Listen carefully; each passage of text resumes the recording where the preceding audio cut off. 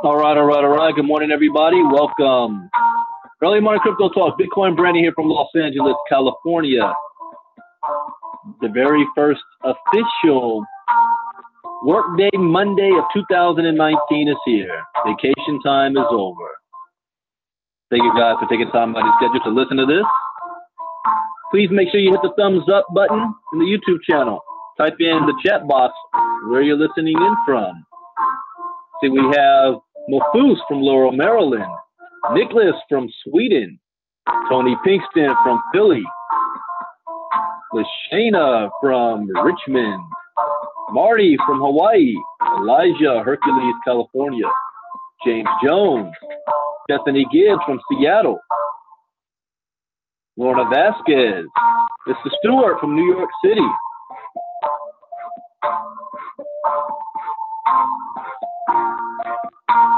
that's a good question. Does this government shutdown affect the crypto market? We'll talk about that.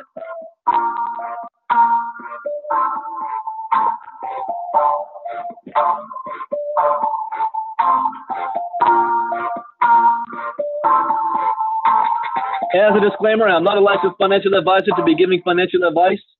I read the news, give my opinion, share suggestions, and then it is up to you to make an intelligent, informed decision on which direction you want to move into. Good morning, Bridget from New Jersey. There's 4 rules I live by in the crypto space to have success. Rule number 1, education is key. Education is everything. Rule number 2, never invest money you cannot afford to lose. Rule number 3, always get your return on investment back as fast as possible. And finally, rule number 4, where do you see yourself in 3 months, 6 months, a year from now? What are you willing to do to make it happen? Find a vehicle, make a decision, take action, and remain focused. Do not get distracted. Now, this is not going to guarantee you success, but it will at least minimize your risk. And that, ladies and gentlemen, is the most that we can ask for. So let's get things kicked off here.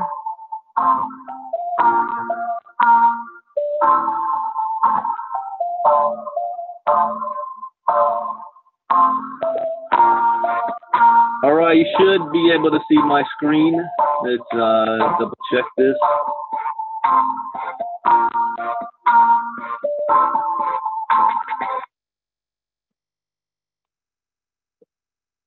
All right, first up, before we get started, let's look at CoinMarketCap. Is at $136 billion. The market came up the last 48 hours. Bitcoin dominance is at 51%. Bitcoin's up 2%. Here it says price 4,037. Ethereum is at -1. The way this market looks, it looks like it's flatline, except Stellar is up 5%. That's performance of the 24 hours. Boogyra coin, I'd never heard of that, up 60%. Crypto.com chain, never heard of that one, up 17%. Any top coins, Tron, Stellar, Bitcoin, Cardano. What about worst performers? Repo, Mobile Go. Any top coins? Ethereum Classic, -2%. Litecoin, -2%. Ethereum, -1%. So Ethereum's had a little bit of drop. I've got a long sell order in.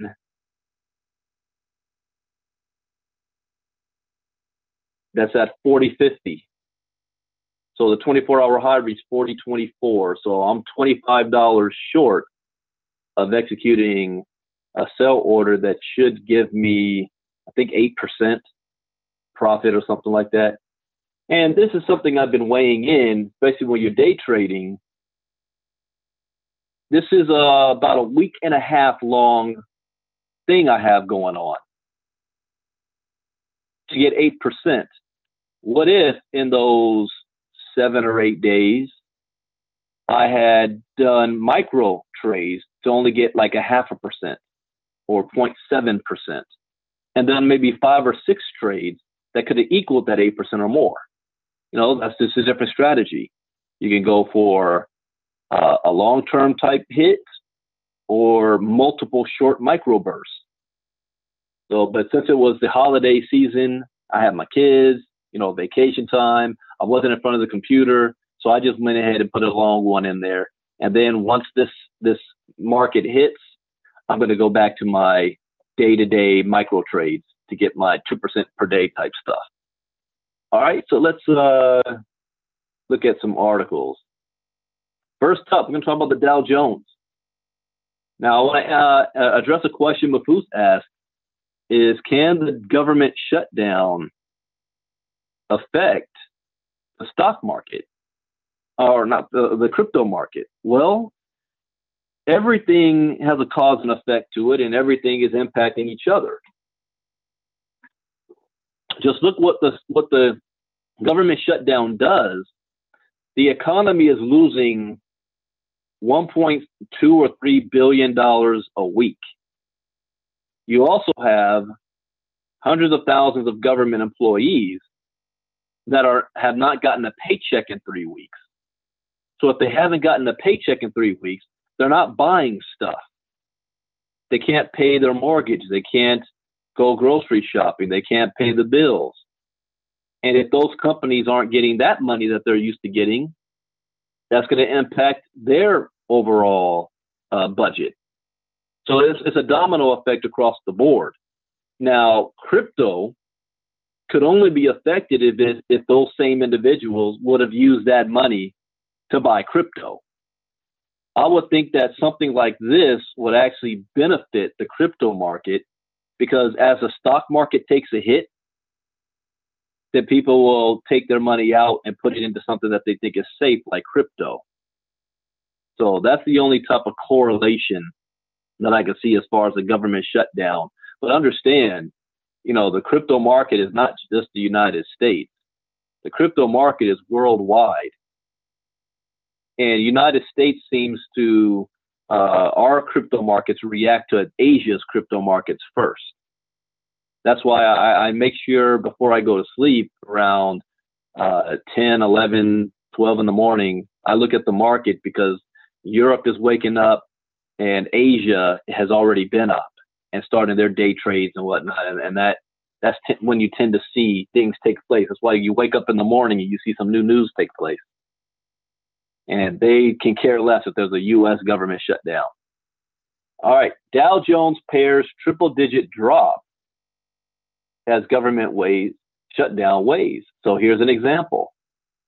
Where's that money going? With people are taking money out of it, where are they putting it? Some of it could go to crypto. U.S. stocks drifted between gains and losses on Monday, as investors anxiously awaited a resolution to the partial government shutdown that is now in its third week. The impasse will come to a head on Friday, when the majority of government workers impacted by the shutdown missed their first full paycheck.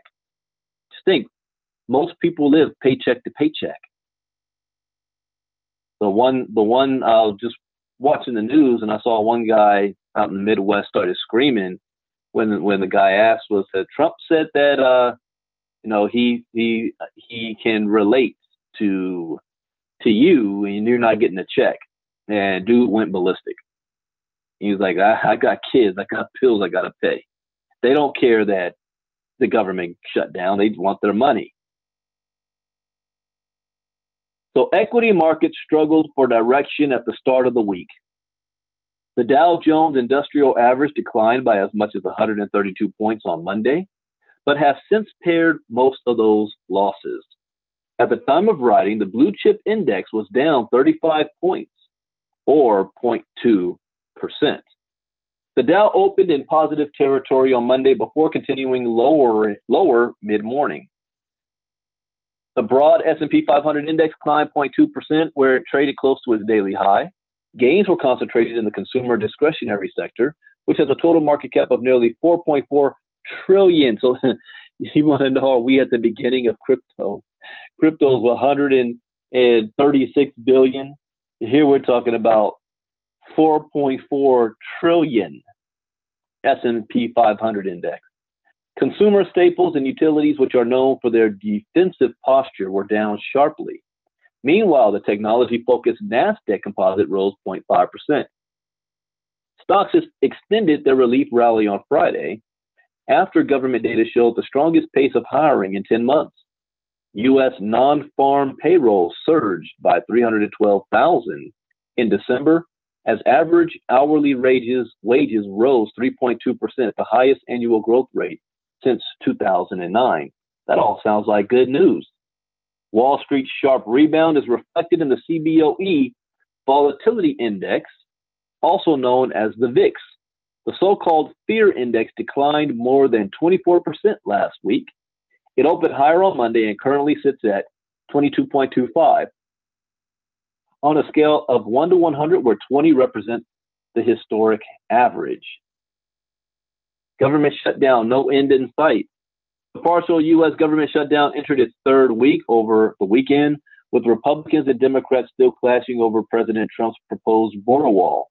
The White House tabled an official proposal to Democratic staff on Sunday, which included $5.7 billion in funding for a steel barrier on the U.S.-Mexico border and $800 million in additional appropriation for processing centers. However, the document appears to be a non-starter for Democrats who had previously called for commensurate cuts in Department of Homeland Security funding. The prospect of a government shutdown roiled investor confidence last month, sending stock prices sharply lower. Although markets appear to be getting back on track, the impact of a prolonged shutdown on government workers could be a major source of concern. This Friday will mark the first time the majority of government workers affected by the shutdown will miss a full paycheck. And that's when you're going to start seeing a lot of pressure. You're going to start seeing these people screaming bloody murder. I fully believe, Democrat or Republican, you shut down the government, you also shut down their paychecks. They get full benefits for life just by serving one term. Cut their benefits, cut their health care, cut their dental, and see how fast things take place, how fast they'll come to the table, stop playing politics, and negotiate and compromise. That's what they're supposed to do. You're not always going to agree 100%, but you got to come to a compromise. There is no one side winning 100% of the time. They need to follow my rules, huh? All right. Next up is, can Dubai? No, I don't want to read that one yet. This one here. Financial Stability Board says cryptocurrency does not threaten the economy. Since we're talking about the economy, I'm sticking on that one. Good morning, Court. Shauna.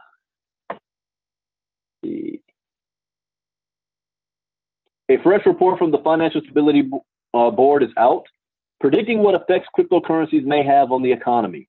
Although it notes that cryptocurrencies are continuing to evolve rapidly, the report suggests that cryptocurrencies do not threaten the economy.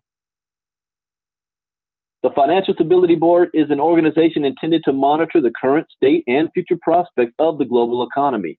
However, these observations from the FSB became clear as they were included in a recent report from the Reserve Bank of India. In the report, it is noted that the FSB has examined cryptocurrencies and how they may affect the economy. The FSB's recommendations are also considered by the G20 nations. The report highlights the rapid evolution of cryptocurrencies and that this leaves a lot of room for future improvement. However, it ultimately comes to the conclusion that cryptocurrencies do not currently threaten the world's, I think it means the world's, existing financial stability. The FSB has undertaken a review of the financial stability risk posed by the rapid growth of crypto assets. Its initial assessment is that crypto assets do not pose risks to global financial stability currently. The market continues to evolve rapidly, however, and this initial assessment could change if crypto assets were to become more widely used or interconnected with the core of the regulated financial system. This statement echoes earlier FSB sentiment relating to cryptocurrencies. In October of 2018, the organization published a report which noted that although it did not consider cryptocurrencies an ideal means of payment, nor a sustainable store of value, cryptocurrencies did not pose a threat to the global financial system. That is good news. So because that's one thing that they're concerned about. How is it going to threaten us? How is it going to impact our government, our banks? At the time, the FSB remarked that price volatility was one of the main problems with crypto. Moreover, the October report also suggested that cryptos could potentially become a threat to the world economy if they would erode investor confidence. However, this latest report makes it clear that cryptos are currently not considered a threat to the economy. This comes amid a general stock market downturn, which ultimately roughly wiped out all of 2018 stock market gains. So if you hear anybody say, oh, crypto died after December 2017, it dropped by 80%. You come back and say, yeah, well, the stock market lost all of its gains in 2018 in 1 month. All gains. Does that mean the stock market and the economy is already gone? Not yet. It remains to see what the FSB stance on the matter would be once cryptocurrencies become more ingrained with the global financial system. However, it is worth noting the FSB's verdict on the matter is decidedly not negative. That's the key right there. Not negative. Now let's jump to geopolitics. Let's see what's going on around the world. Can Dubai become the first blockchain-powered city by 2020? Maybe. If not Malta.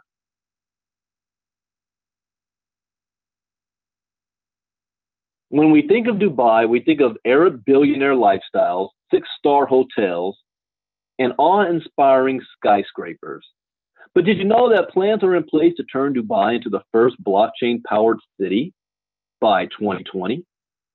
The Director General of Smart Dubai, Dr. Aisha bint Bouti bin Bishir, well, okay, I'm going to have to cut that one smaller, bin Bushir, believes that city is in prime position to establish itself as a blockchain and crypto epicenter that could become a fully integrated blockchain smart city in the next couple of years.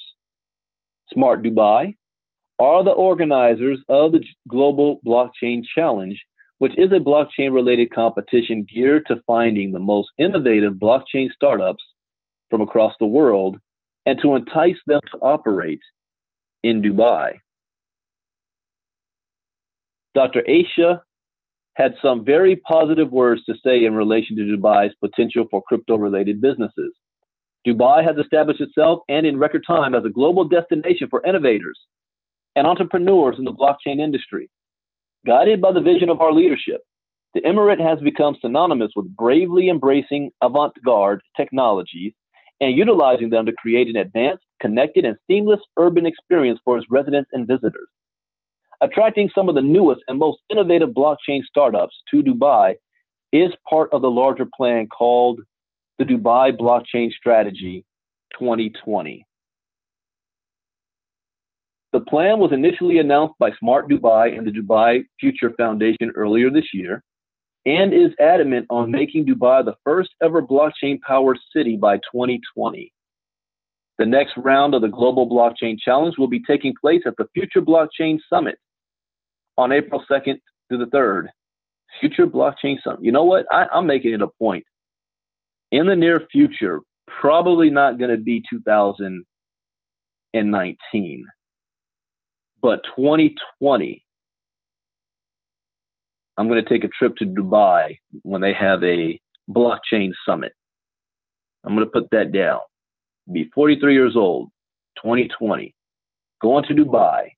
Only reason why I say probably not this year is because we are having a road tour for our Bitcoin boot camps across the country. And then I'm planning, well, haven't committed 100%, but I'll probably will be in London in April, and then going to Sweden and doing a Bitcoin boot camp in Sweden.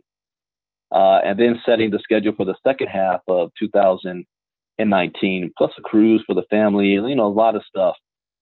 So 2020, I want to go to Dubai. The